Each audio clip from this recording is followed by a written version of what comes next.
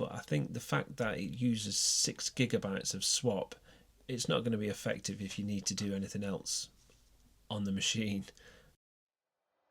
Released by Apple just last month, the MacBook Neo with its A18 Pro chip sports just 8 GB of memory.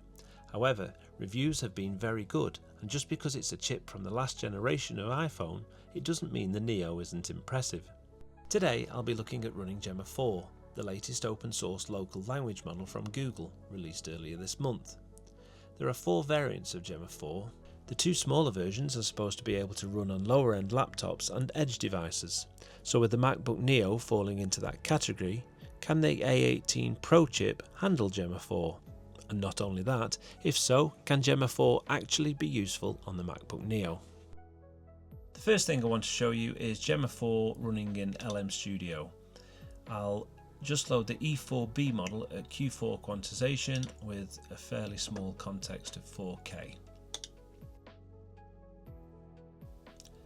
So now that the model has loaded, I'll give it a prompt, just a simple hello.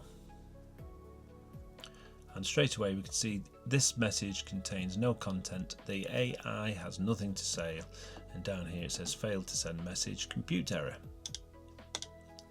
Now we can see in the activity monitor, memory pressure is basically maxed out there, constantly in the yellow.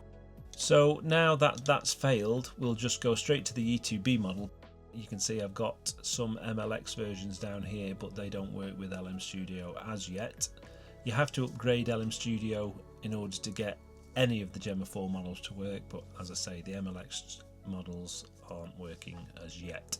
So now we'll go on to the E2B model at Q4 quantization, again at 4K context window, which loads fairly quickly, and we'll give it a quick prompt of hello. Now that responded quite fast, and it was 24.77 tokens per second. We'll just unload that model and go up to the Q6 quantization, but with higher context of 64K, 65536. So now I'm going to throw in a Wikipedia article about Wales, which is fairly lengthy, and I will ask it to summarise this into 2 paragraphs.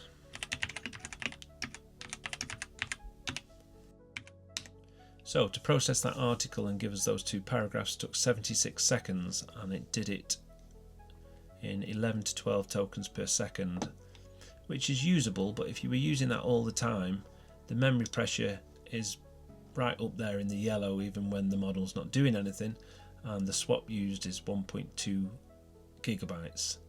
So it's going to have effect on your SSD over time, and if you wanted to do anything else while LM Studio is running, it's not going to be very practical. I'll just show you quickly what happens when you try to load an MLX version of Gemma 4 on LM Studio. It comes up with this message down here: Gemma 4 support is not ready yet, stay tuned. So now we'll move on to Ollama and see what that has to offer. And we've got the E4B and the E2B downloaded. I'll just straight off the bat show you E4B, and we'll give it a hello.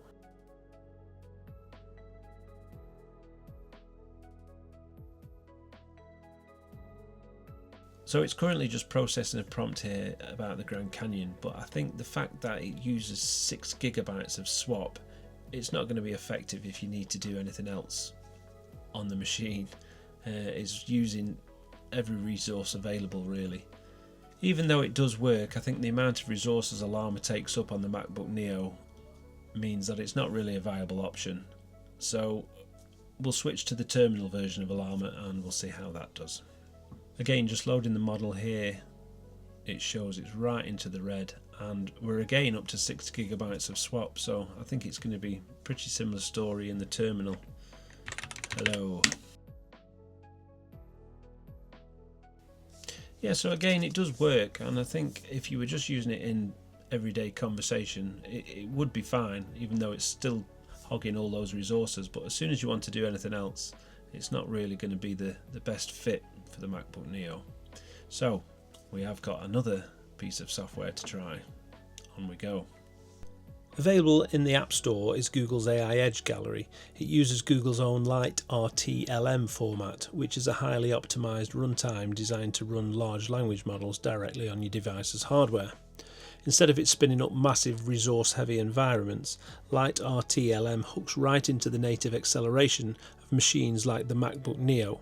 This lets you run and test models, like the smaller Gemma 4 variants, smoothly, efficiently and entirely locally without tanking your system's performance or draining your battery.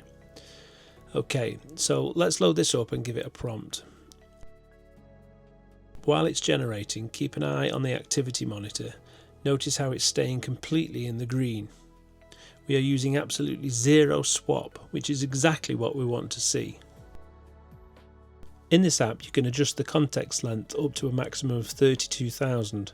That's going to be plenty for most local tasks, though it is a bit different from the other versions of E2B and E4B, as they let you push the context window all the way up to 128K. I think though that given the way it runs here, this is the MacBook Neo's sweet spot. For the experimenters watching, you can design custom tools in Python for this, and there is also a Light RTLM command line interface. I have tested the CLI, but I don't think there's a way to adjust or see the context window in the same way you can in this version. I think the main takeaway here is that if you want more performance from a local LLM on the MacBook Neo, don't waste the small amount of memory on a fully featured back end. It's amazing just how smoothly this Gemma 4 E4B version runs out of the box using the Light RTLM version. So I'm going to wrap it up here. I do want to just add that I really like the MacBook Neo. Everyone seems to be going for the yellow colour, but I love the blue. Let me know down in the comments what you think of Light RTLM and if you'll be giving it a try. If you're interested in what I've covered here today and you think it's been useful, please give the video a like and consider subscribing, as I'll be doing more videos like this in the future. Thanks for watching.